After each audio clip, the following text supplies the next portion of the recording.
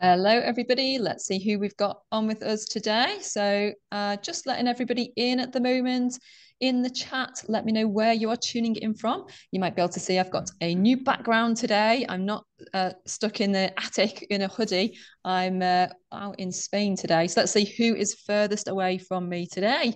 Good to see lots of familiar names in there. Hi, and hi, Tony. We've got Darcel. Darcel, are you in Dubai? I think you might win as the furthest if you are out in Dubai still, which I guess you are. We've got Caroline, Connor, we've got Farheen, Helen, Jean, we've got Joanne, Michael, Nick, Philip. Wow, wow, wow. Lots of you flooding in today for another Money Monday special with us today. And yeah, Darcel is in Dubai. Got Farheen from London. We've got John saying hola. Hola, John. Virginia from Northants and Keith from Somerset. Fantastic. That means that you can all hear me and that you can see me. So you might see on the screen today, here we've got Harriet Johnson from YPN, one of our new team members, and we've got Nick Garner here from we're talking about SDLT, which is I think what all of you guys are here for, as well as Johnny Dunn, who'll be joining us a bit later for talking about mortgages and basically mortgages, lending, funding, etc., etc. So we've got lots to get through today. So a few quick reminders. We have got tickets are now available for the Property and Entrepreneur Summit, which is in the 9th of November in Milton Keynes. So QR code there. Also, Ruby's going to drop a link in the chat if you would like your tickets. We have been announcing the speakers every day for the past week or so. So I think there's a few more speakers to come this week, and then they will all be announced, and you can see the full lineup there. If you attended the last Property and Entrepreneur Summit, you'll know that the morning is based around property and property investing, and the afternoon is more about entrepreneurship. So we've got a real mix of business and property in there as well. So it'd be great to see you all there.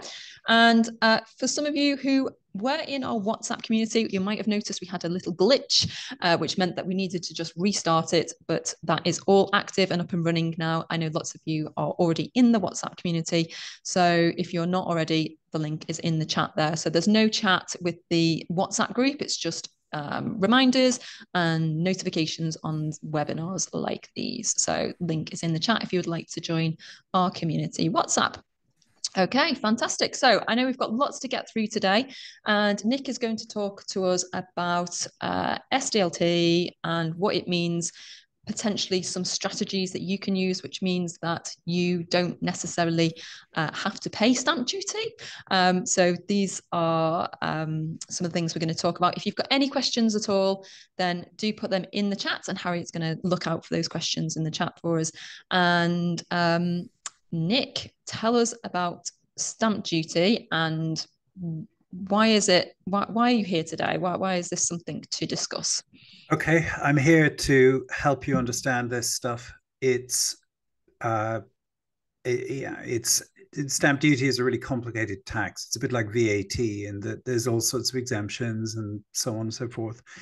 And so what I want to do is talk through some stuff in the book that I published with YPN. And I'd like to talk about stamp duty reclaims based on property condition, because a lot of people have heard about this. And I think it warrants some further clarification. It's quite a contentious topic, and I'd like to just explain some of the legal stuff behind it so that you can make your own mind up and decide what you want to do. So, Michelle, how much time have I got to work with, just so I know? So why don't you just give us 5 minutes or 10 minutes, and then we can look at a couple of examples, and then we Yeah, can take some questions. So just a brief overview for people who aren't sure what the opportunities are around sure. stamp duty. All right. So I think the first thing I'll talk about is the book, and that's got all the nice, juicy stuff in it. And it's designed as a very, very abbreviated version of my other book. So I've written this monster book, which is about 1,000 pages long and took me a very long time to put together. But I did it because I wanted to learn. And I figured if I put stuff into a structured format, like some people go to university, I decided I'll write a book. That way I can methodically go through everything. And so I did. And the YPN book is basically a summary of the best bits that are interesting for property people. And broadly, I would say there are three buckets here. There's reclaims due to property condition or self-assessing due to property condition, which I'll talk about at more length later because that's the big one. There are exemptions if you're a property trader. And on a personal level, that really interests me. So I want to talk about what I would do, what I'm planning to do. And the third one is all the other stuff. So okay. Let's start with what we've got on the screen here. So yes, we've just pulled out one example of how there is an opportunity at the moment for potential reclaims if you have already bought a property. So if there's anyone who joins us today and you've already bought a property in the last 4 years, if the property is in England or Northern Ireland, maybe Scotland, and if it's had any hazardous conditions at purchase, and perhaps or they paid a high rate of stamp duty. So if there's anybody who is in that situation, then they are potentially able to reclaim stamp duty, which could be thousands of pounds, right? Yes, absolutely. So can you give us a couple of examples of, hazardous conditions? What does that mean? So I think there are a couple of things to just unpack here with this. One is the contentiousness of this, because it is, and understanding where you stand in the eyes of the law and the eyes of HMRC, and so on. So we'll deal with that. We'll deal with that in a minute. But the first thing is just a very high level. If you are, let's say, a buy-to-let landlord, or you're a developer, or whatever, and you bought a property that was assessed as residential because your conveyancing solicitor said, that's residential, you got to pay, and therefore you're paying the 3% higher rate stamp duty plus residential rates if it's over 250. And as you know, the threshold is going down to 125, I think, early next year. So it's consequential money. I was doing some calcs earlier, and if, for example, you, I'll just do a very simple one that I have by memory.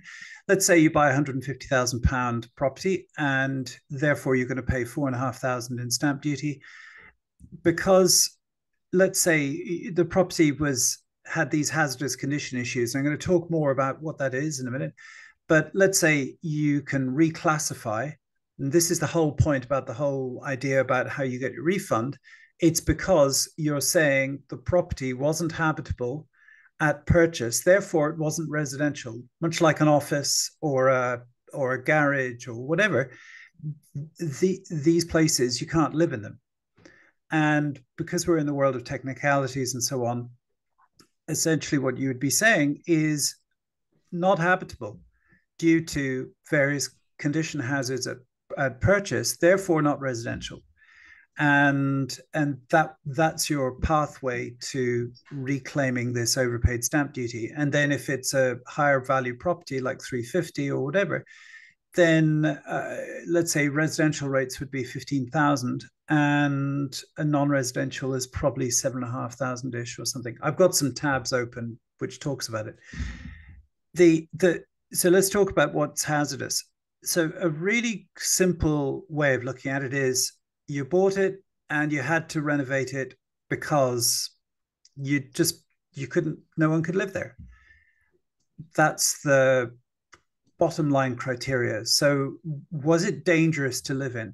Good example, did it have a hole in the roof and there was water ingress, so in the winter the place would just be damp? Was there mold? Were the electrics out of date? Were they dangerous? So these are the basic things you're looking for, typical renovation work. And so a rule of thumb that I've got. So on Stamp Duty Advice Bureau website, on the top left-hand corner, there's a link saying claim law. And in that, I go into this in great detail. And it's very important that if you are interested in this, you understand why you're doing it, what the legal argument is, and then you can proceed from there. So the rule is, if a property had hazardous condition issues that made it too dangerous to occupy and required more than some renovation or repair, then it's arguable that you should have assessed the property as non-residential for stamp duty purposes. So that's roughly the criteria. Okay, so we're splitting the eligibility of whether you claim into two sections. The first one is can you live in it, and the next one is if you can't live in it. So if it's habitable or non-habitable. Yes. And does that go into, for example, if there's no kitchen? Is that okay, or is that? That's not okay. So there's a thing called HHSRS, Housing Health and Safety Rating System, and it's a method of describing hazards. So if you've got a number of category 1 hazards, so no kitchen, or let's imagine typical probate property, probably quite tidy, but unrenovated for the last 40 years, let's say. So that would be kitchen not suitable for use, bathroom not suitable for use, electrics not suitable for use, and they're all category 1 hazards. And so get on a very sort of informal way, as a property investor or developer, that stuff has to go because people won't accept it in a modern property. So in a way, you don't really have to think about category hazards and all this kind of thing. But the main criteria is, was it dangerous to occupy? So that's the number one thing to think about. And the reason for this is because there's this battle going on between us collectively and HMRC, who say that if so the battle is to do with a court case that kicked this whole thing off in 2019, PN BoE v HMRC, and it was a property that had to be demolished because it was in such bad repair. And it set off, let's say, a chain of events where this whole thing about reclaims due to property condition became a thing. And there have been 2 court cases, one with Henderson and one with Mudan, where HMRC won the cases, and they successfully argued that properties that were uninhabitable due to condition problems, like it just isn't habitable, the place is a wreck kind of thing. The argument in these cases was that, well, it's still a dwelling. It needs some renovation, but it's still a dwelling. But the argument around hazardous condition issues, on the other hand, much stronger. And on the website, on Stamp Duty Advice Bureau, under claim law, I've gone into the whole thing in great detail. And I'm not saying the arguments are perfect, but what I am saying is that I've had back and forth with HMRC on this. And I'm working, or potentially working, with a very hardcore tax advisory company, and they work on the same basis. It's hazards. So really, let's kind of draw this in a little bit. So let's say you got a property and you bought it in the last 4 years, and it had a bunch of renovation to be done. So damp, electrics, all the usual. Then if you made a claim to HMRC and said, oh, it was really it was just a wreck, et cetera, then they will probably inquire on the case, and they will say, no, you either can't have the money, you can't have the reclaim, or if they operate on a pay now, check later policy, which means that they pay if it's procedurally correct, but they don't check the legals, they might come and inquire and go, well, actually, your argument's invalid, we want the money back. And so for this reason, I've spent so much time working through these cases, working out the legal arguments, and coming up with something as solid as I can possibly make to help you, the claimant. And as I said, put it in simple terms. Is it too dangerous to live there? Yes. Okay. Looks like you might have a case. Now, HMRC might contest the case and they might go, oh, we disagree. But if you've got an argument that is arguable, then what happens is they tend not to want to get involved in more skirmishes if they feel they might lose.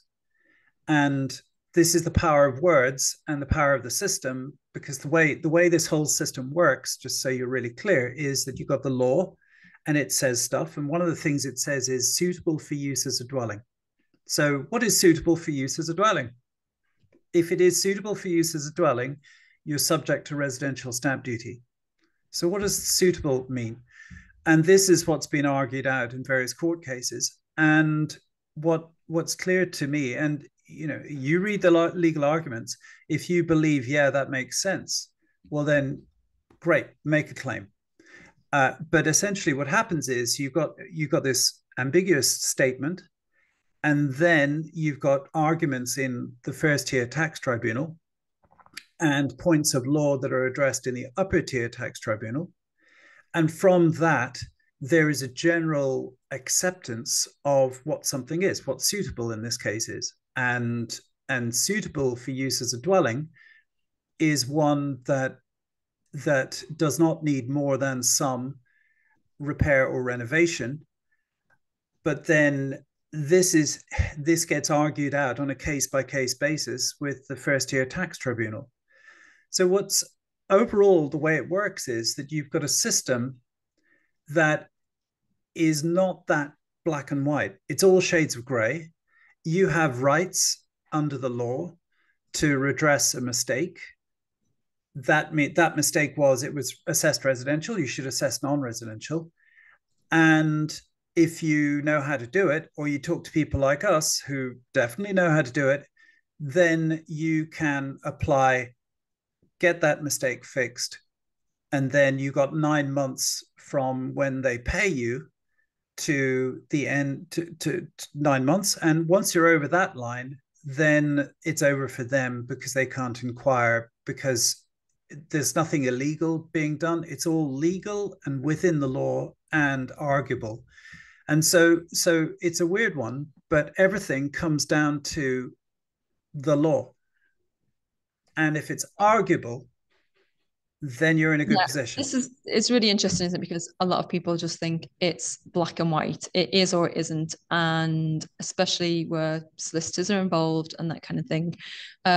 So, okay, I've just put in, because I know we haven't got too long, so I've just dropped in the link for the free SDLT strategy guide that you've written yourself. So this is a short, just a brief introduction to SDLT and some of the options for reclaiming, and look into it a bit further. Also, you've got the opportunity for a callback to get in touch with Nick and his team. If you think that you've got a property that might be, you might have the opportunity to reclaim, then you can talk to his team. Should we do a couple of questions? I'm conscious of time, and then yes, if people want to question. Okay, Harriet, any questions? Okay. And guys, now's the time to put any questions in for Nick, because we've got him for about 10 more minutes. Okay. So, Harriet, hi, Nick.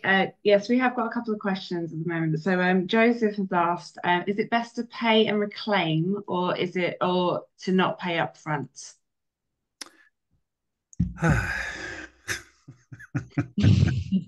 I get this all the time.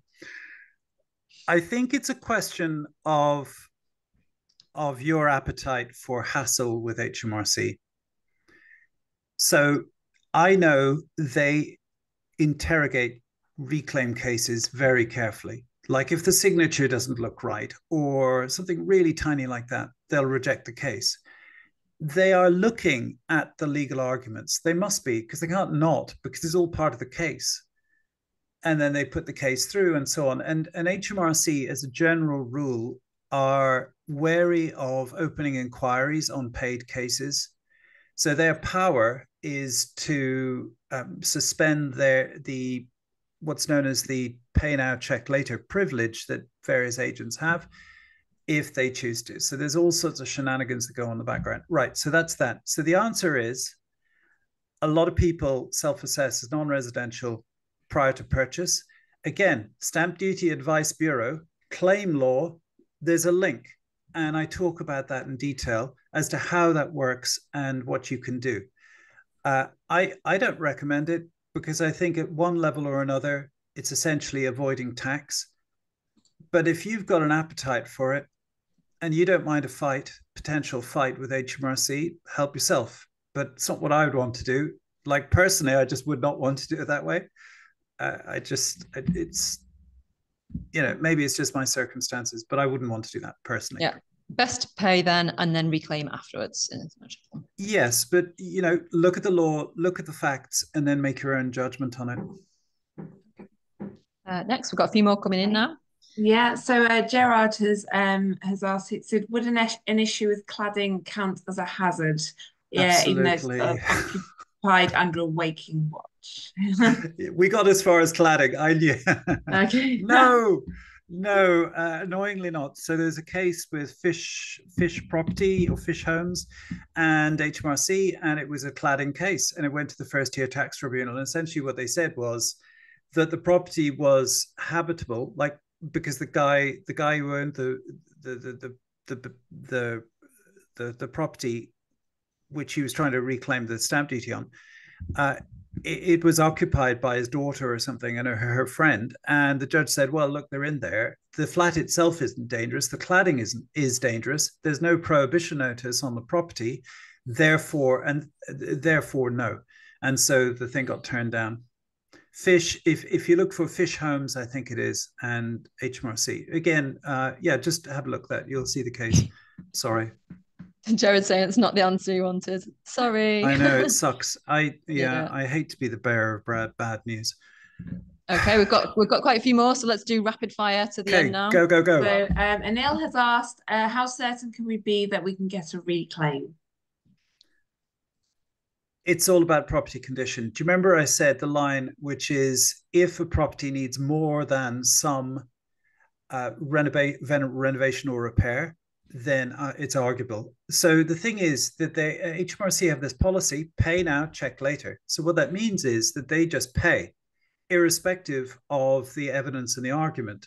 So what happens then is if you've got a frivolous case or you got no case, but you just put the thing through and go claim, they pay you, then they investigate, then there's trouble. But the number of investigations is very low. And we're talking, as I understand it, maybe 15 out of 1,000, but new government, more tax. I think the dial is heating, the temperature is going up. And I think you can expect more investigation and just hassle from HMRC on these kind of matters.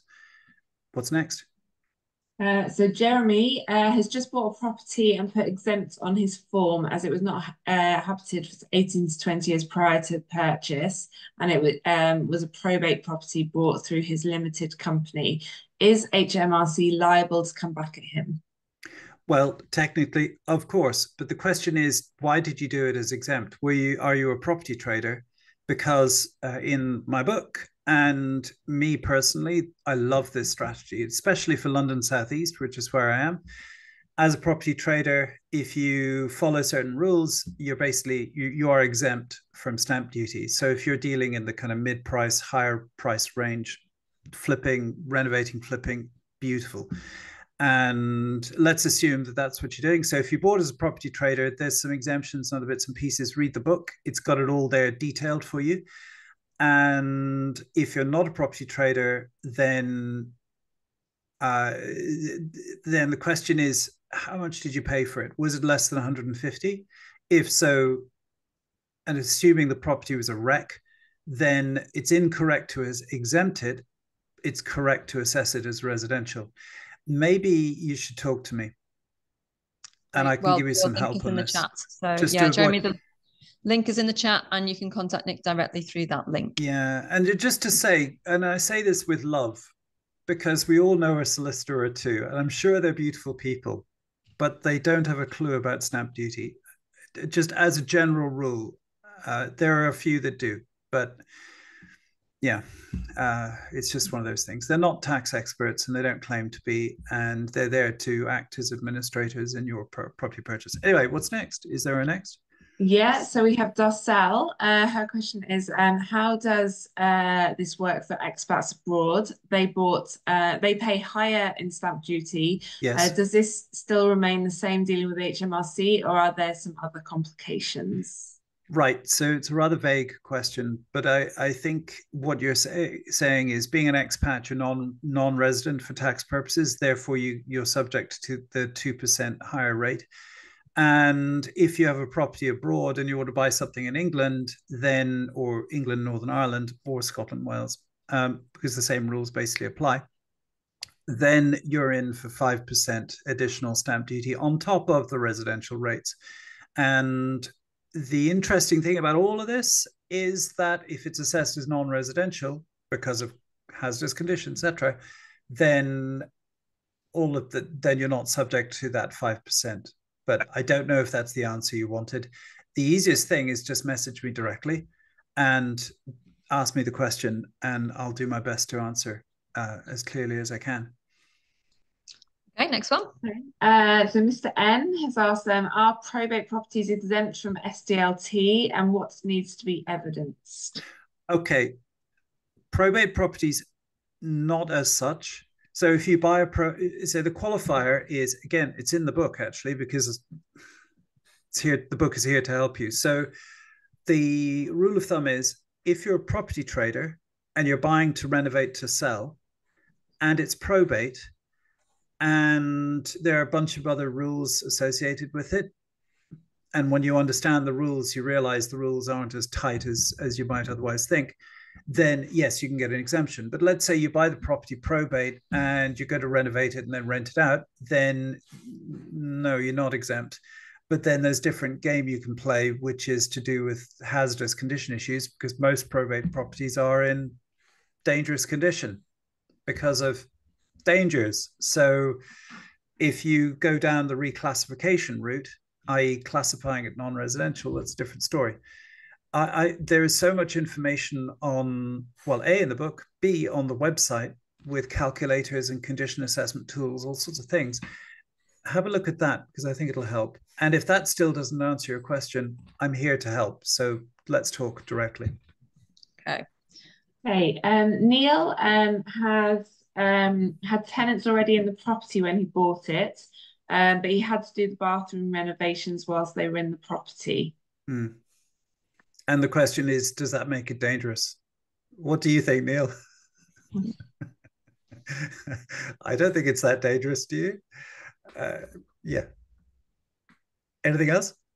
Yes, so Mark, does making such a claim with HMRC run the risk of HMRC making revenge further investigations concerning your tax affairs?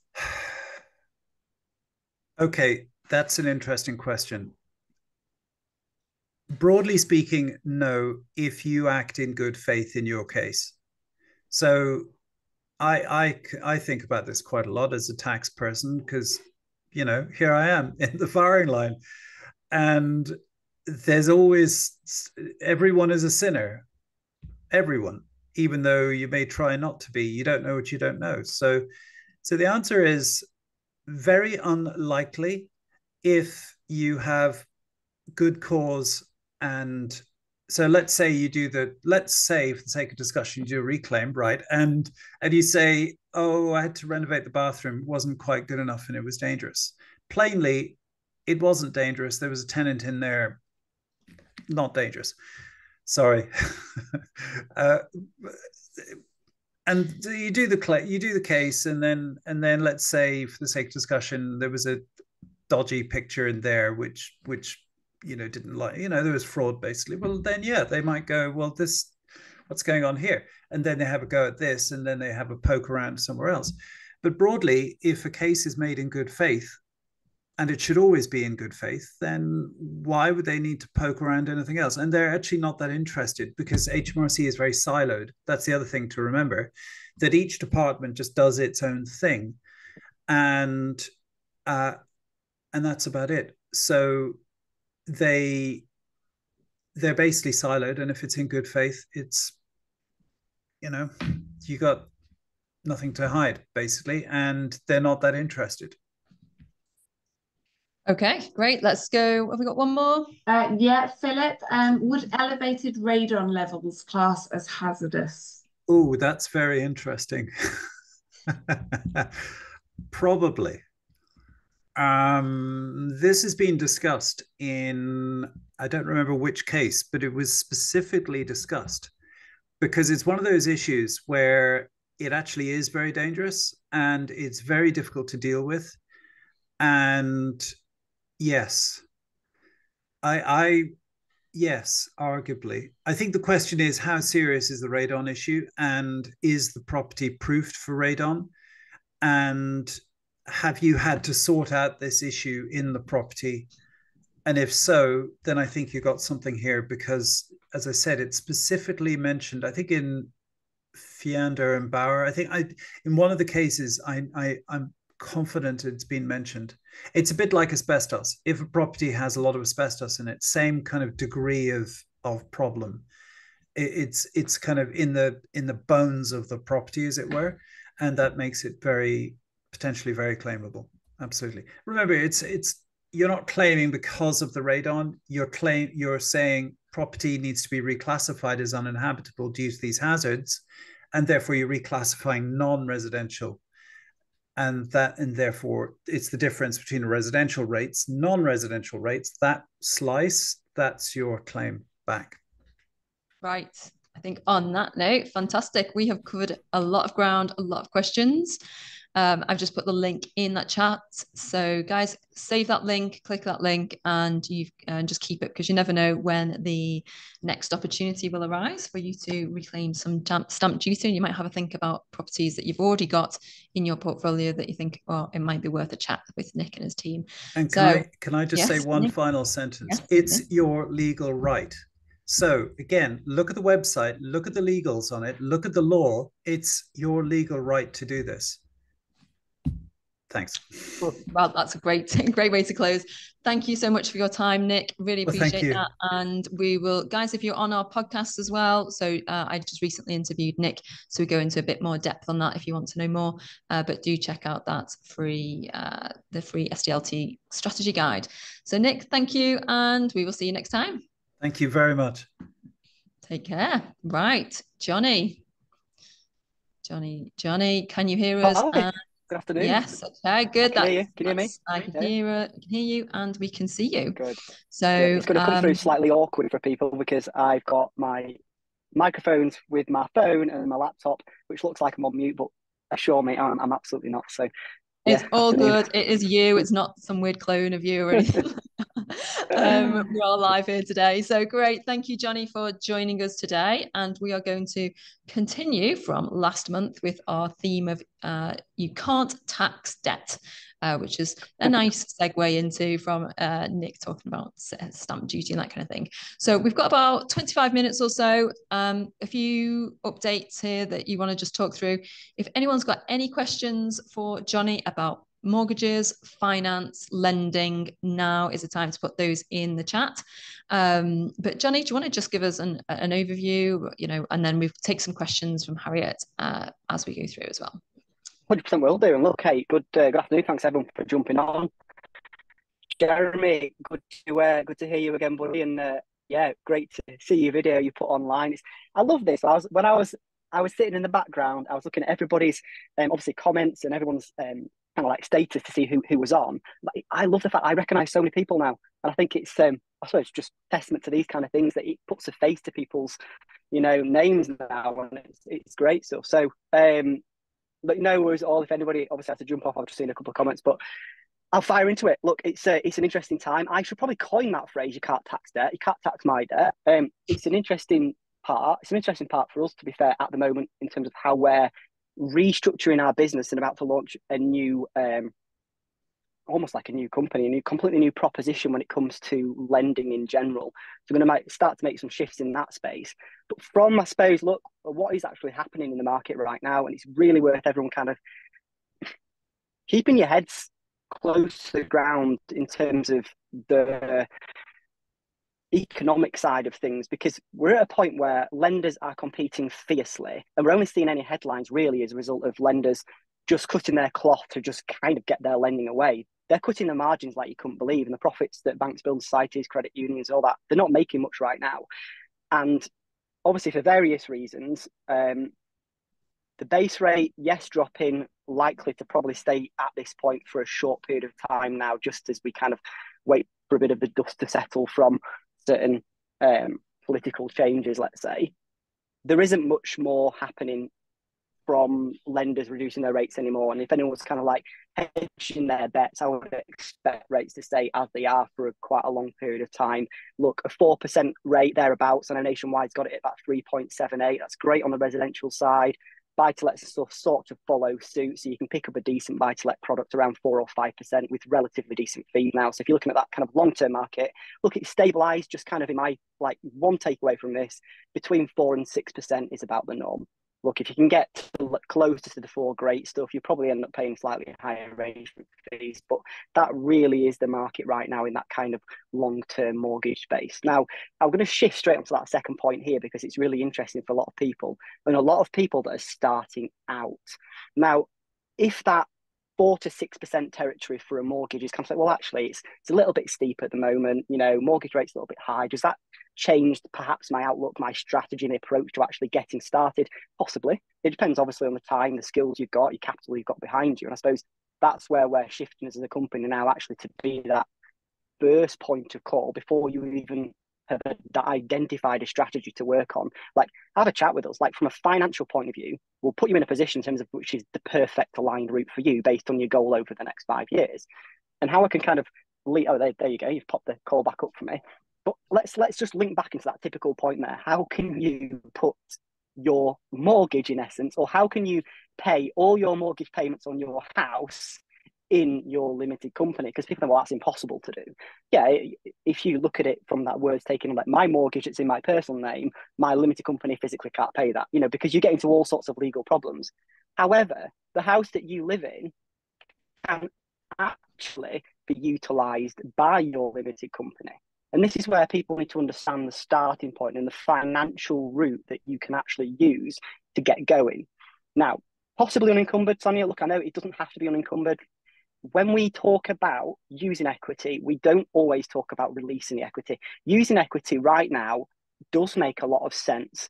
If you use the equity and don't release the equity, if you're basically just over a standard to high rate taxpayer, the actual position that you end up yourself in terms of, well, either paying it out your company or your personal name, it's about the same payments when you think of, if you pay your mortgage out of your personal name, it is out of your net income. If you pay it out your limited company, it is in essence out of your profits. It's reducing your your overheads, etc. Physically paying your mortgage, you can't do that. So what am I actually talking about here? And it's going to kind of hopefully open some eyes to actually this situation. Now, if you have a mortgage on your property at the moment, we will be looking at a second charge, not a first charge. Sorry, Johnny, can I just ask, when you say when you've got a mortgage on your property, you're talking about your own personal home, right? Correct. I'm just talking about your personal home now. The subject of actually people getting started, it's a general consensus, right? Let's look at your current asset right now to see the equity that's in there. The lazy money, it's not doing anything. It's a liability, in essence, is your own house. Yes, it's going up in value, but it's not appreciating. It's not giving you any money per month, right? So let's use that equity and let's put that equity in your limited company. This is a way called cross-collateralization. You basically just put in the security onto your own house, but the debt sits within your current limited company. So if that makes sense, that is just retaining your equity. The equity there is retained in essence by your limited company. So in a scenario, let's give you a scenario here, very simple. Your house is worth £100,000. You've got a £50,000 mortgage on it. We could use £25,000 worth of equity as security, because a lender, even in the second charge space, the one that's going to go after your mortgage lender, still needs adequate security, still needs some skin in the game, in essence, in that property. However, we can use that £25,000 now as a loan in your limited company. So your limited company now is responsible for that extra bit of borrowing. If that makes a bit more sense, we're kind of getting there now. Now, the benefit of that is that debt is now not your personal debt. So therefore, you're not paying for it, even if you want to pay it. Now, generally, the rule is with retaining the equity and having the equity in your limited company, you can actually have your mortgage, your limited company, pay the interest or not. So if you want to pay the interest per month, great stuff. If you don't want to pay the interest per month, it'll retain until the end of that agreement. Now, there's all sorts of products that will allow this, and everyone's probably going to be shouting up saying, oh, it's just bridging finance. Okay, bridging finance is one of the smallest parts now in short-term finance for this space. Some of the biggest products available for people getting started now are things like overdraft facilities. These allow you basically to have a facility created for you, in essence, based on the equity that is there that a lender can secure against. That lending sits within your limited company, so your limited company is now responsible for that. Now, that's the greatest scenario to get to, because you have a facility for 2 years, you can draw on to do whatever you want with, okay? And ideally, you're going to invest in property. Flips, BRRs, you basically rinse and repeat that money backwards and forward for a period of generally about 2 years. And then hopefully we extend the facility after that. If you have an unencumbered property, basically you haven't got a mortgage on that, well, indefinitely, you wouldn't actually necessarily have to have a mortgage on your own house. All that debt is just within your limited company. Does it start to make a bit more sense, hopefully, for people that you can have all your equity in your limited company, even if you live in the property? And when I'm saying the net position as a higher rate taxpayer, or just over a standard rate taxpayer, versus that debt now sits in your company name, the position is about the same. So yes, what I'm talking about is a higher interest rate than it is in your personal name, because your personal name, it's mortgages, that 4 to 6% territory I'm talking about. In the short-term finance space, with these overdraft facilities, the ability to cross-collateralize and use additional security, yes, it's more than 6%. It's probably 8 to 12%. So you've got that kind of extra bit to factor in. But when you look at the kind of the net position you would be in as a taxpayer or a limited company, as in how you would be able to offset it, is very different. Okay, sorry, it's about the same. So like you've just shifted the debt across and been responsible by a limited company. So hopefully, if I've kind of covered that to death, but I just want to make that very clear. That is the way of actually utilising the equity in your house and not have to actually worry about how old you are, how you are going to afford it, because you know you're going to move from being an employed person to go full-time in property. It almost like circumnavigates all those requirements that a mortgage has. And of course, we're going to be very mindful that we still need to make sure from a strategic point of view, it's going to work over the period of time that we're selecting. We're not going to say, oh, well, let's just pop you a security loan on that property and then forget about you. That's why we are redesigning how we are looking to approach the first conversation with you. It's a strategic conversation to understand where you're at, what strategy we should be looking at, and is this route for you the right route? If you just pop back to the previous slide for me, Michelle. Yeah. So what we're talking about is not releasing some cash to go on holiday or buy a car. You know, we're releasing money so that we can reinvest and it becomes good debt, not bad debt, because we're not spending the money, we're investing it in another policy that's good. So it's similar, I guess, to bridging finance, short-term debt. It's short-term debt. I would love to re-coin the phrase bridging finance to just short-term loans, right? The short-term loan category, everyone thinks bridging is expensive. If you go to like the outer rims of bridging, where it's like used for auctions, chain breaking, quick purchases, etc., you know, people look at it 1% per month. It's quite expensive, 12% a year. When you start to actually look at other things like overdraft facilities, cross-collateralization using additional loans, the kind of the crux of short-term finance that is being currently designed, because it's such a, you know, it's an evolving world, this finance. And I believe all people are being talked about is like, there's mortgages and there's bridging. That may be the case like 10, 15 years ago. The world that we're in now, we are designing products with lenders suitable for new strategies that are currently working in today's environment.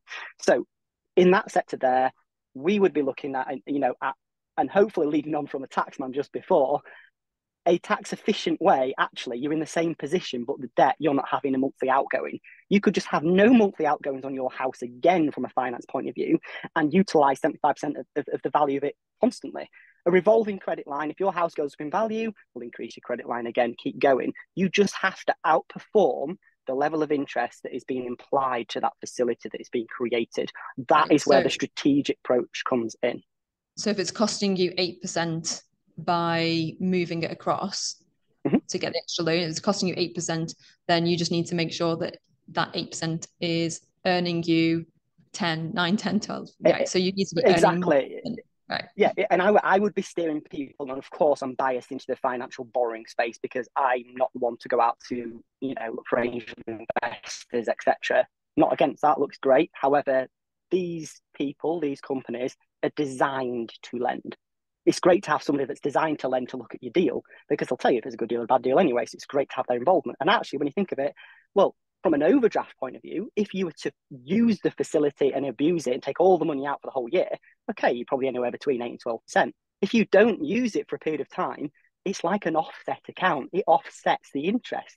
So if it's all back in the account again, you're paying virtually nothing in interest, but you have the facility there. Oh, found another property, found an auction property, can go again. And this is what I'm trying to get people to think of. And people that utilize facilities like this get ahead much quicker. And maybe it's the psychology behind it. You've got this overdraft facility. It's costing you a little bit of money, per month in terms of the interest that's occurring because you're not using it. When you do using it, it's like, well, technically for my purpose, it'd be cheaper than going to XYZ person to go and borrow their money at 10%, 12% or whatever they wanted. Plus also, they're not really designed to lend money. There's all sorts of checks that I should be doing. The banks are designed to lend. That's what I'm trying to get people to think of. And I know this is not an extreme side of things, but I'm getting to look at it from people from their starting point. If you've already started and you've got a line of properties already, a good portfolio, we're probably not even going to look at your own personal property. We'll be looking at the assets that you've created, the equity within them. And actually, let's look at putting mortgages on them, perhaps when you're actually dying down your portfolio size or you're looking to level out. Let's look at actually keeping all your cash in your pocket as much as you can. All that rent and everything like that without any mortgage payments, keep utilising it. Just you could grow quicker by actually not having any outgoings as such, and all that debt kind of comes out for your company. It's a great way for people in the scenario where they're thinking, right, I have a property in my personal name. I don't want to put a mortgage on it because of Section 24. Don't put a mortgage on it. Use the equity and go and buy a property with that equity that now is responsible by your limited company, which isn't now subject to Section 24. Does that make sense? So it's like a bit of a loophole around it that people will have so many assets that they're worried about. I don't want to increase the mortgage because I can't offset it against my rent. You can do in this scenario. And that's kind of why I'm trying to push this side of things just to get people seen a little bit differently. Now, does anybody want to know a little bit more about that? And I'm just conscious of time, so I think it is, guys. If you want to know more about that, it's a very specific example in terms of what can be done on your own home, and for some of you, it's definitely going to be an option to look at. For others of you, it's not. You don't want to go down that route. But the point is, there's lots of different ways of using a portfolio that you've already got or your own home to raise more capital without having to go and get loans elsewhere or through private investors. So the point of today is just to help you think outside of the box and think, oh, well, if that can be done, maybe other things can be done as well. And obviously everyone's situation is very unique, and that's why people need to speak to you directly. I'm just conscious we've got quite a few questions coming through, so if we let's go to Q&A. I'm conscious Tel's commented on the audio. Sorry, Tel, we've got it's just a little bit crackly on Johnny's side, but it seems like everyone's hearing okay, so just bear with us for today. If it's fine, I can actually swap onto the other one if it was easier. I think it's okay for us for now. I think Mark's just signed up for a call back. Fantastic, Mark. Johnny's team will be in touch with you later today. So Harriet's just going to pull out some of the questions. Over to you, Harriet. Hi, yes. So Paul has asked, is the limited company a trading company or an investment company? Well, it is in essence. It could in theory be both because of what the lender would lend on. If you have a property company, then of course, it's going to be the investment company. It depends on what potentially you're going to use those funds for when we go and approach the lender. So over 90% of the time, it's used for investment companies, people, companies that set up the right codes to purchase property and real estate. So hopefully that. Okay, and we've got Craig who's asked, can you move the equity into the company post-sale completion to use in the same way? Which was that question again? So I was trying to find it on the list while you're reading it out. Sorry, Harriet. Sorry, it's 113, it came through. Can you move the equity into the company post-sale completion to use in the same Oh, way? sorry. From I Craig. see what you mean. Of course you can, yeah. So the facilities in terms of like the overdraft can be created at any time. So the fees would be the same whether you would be, purchasing a property using a similar type of finance, or we then look at the overdraft and just put the security against that property. All you've got to remember, if you've got equity in multiple assets and you want to use all the equity you possibly can across all your assets, we're going to be looking at multiple legal charges and multiple valuations.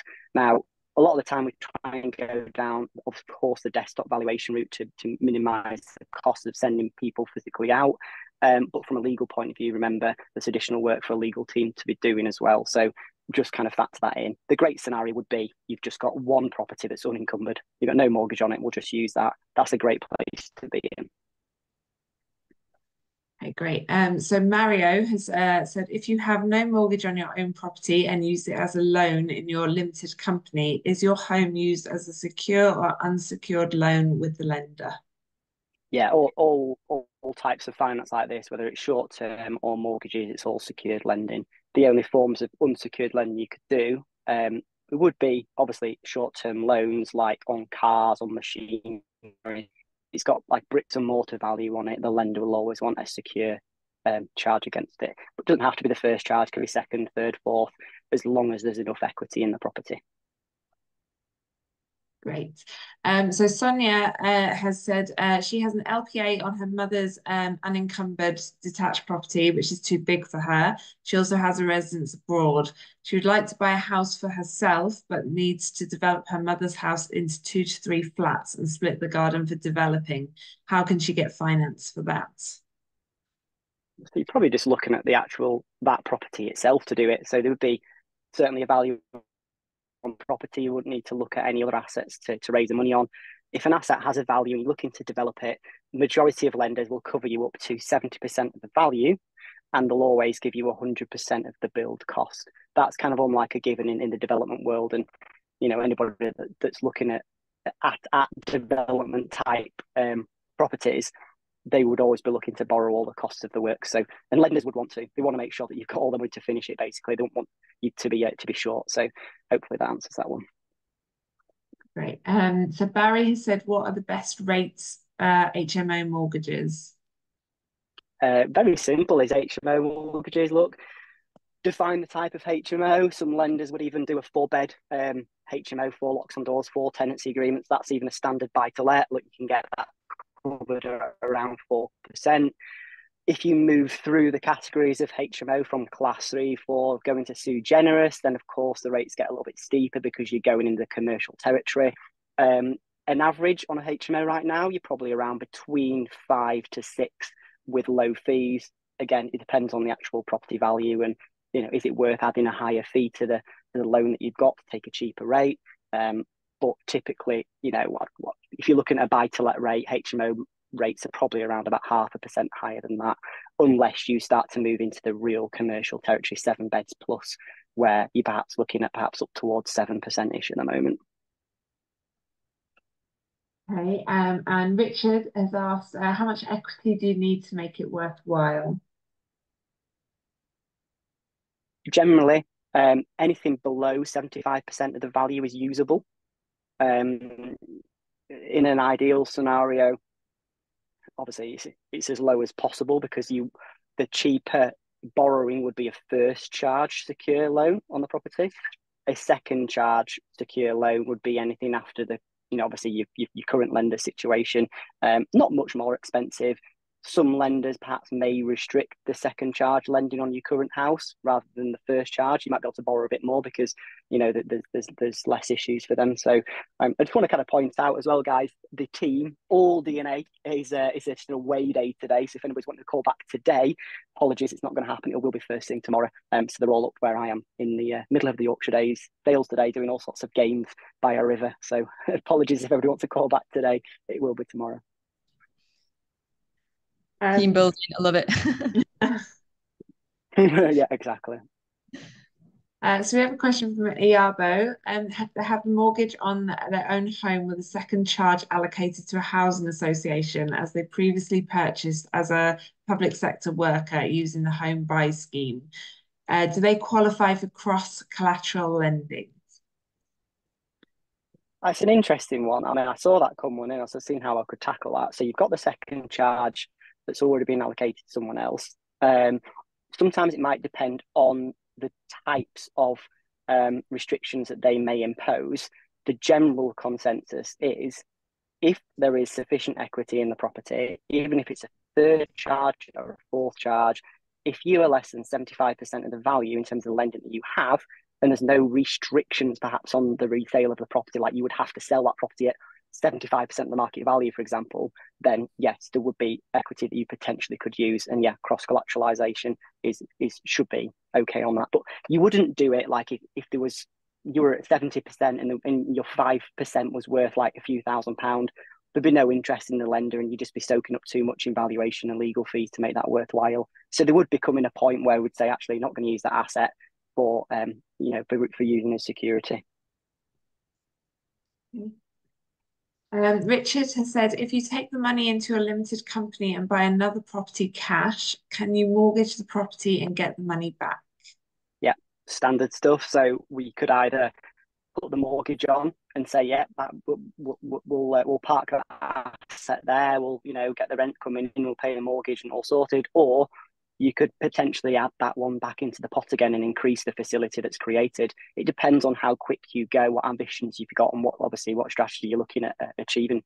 So either or would be possible. Okay, great. We've got Mark. How would you come off if you are in a shared ownership and own the highest percentage?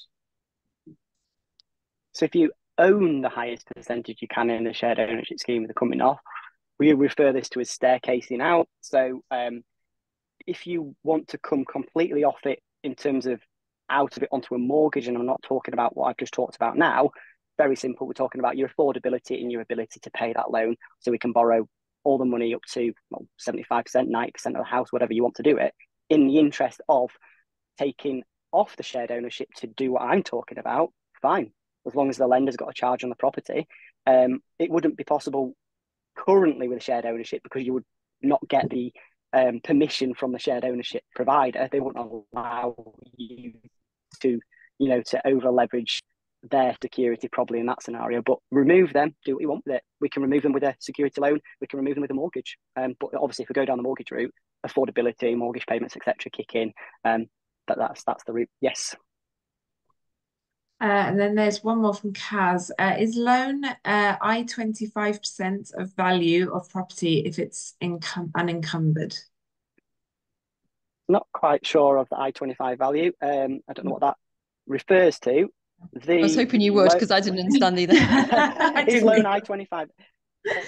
The loan is up to 75% of the value of the property if it's unencumbered. If you want to put a mortgage on the property, well, then you can borrow up to 95% of the value of the property. If I just cover this, I think that's the end of, there might be a few more questions. In the scenario where you're acquiring a property that's significantly below market value, or you're exercising a purchase lease option, you're doing something that where actually the property value is higher, this kind of thing works really well as well. So you don't necessarily need the deposit to put in. It's in the deal already. So generally the deal has to be pretty good. It gets knocked a lot. If you're really trying to get a below market value deal that's on the market, perhaps. We see them, it is possible. The best ones are like purchase leases, exchange delay completions, where there's value being built into the deal over a period of time, or you've renovated the property during exchange completion.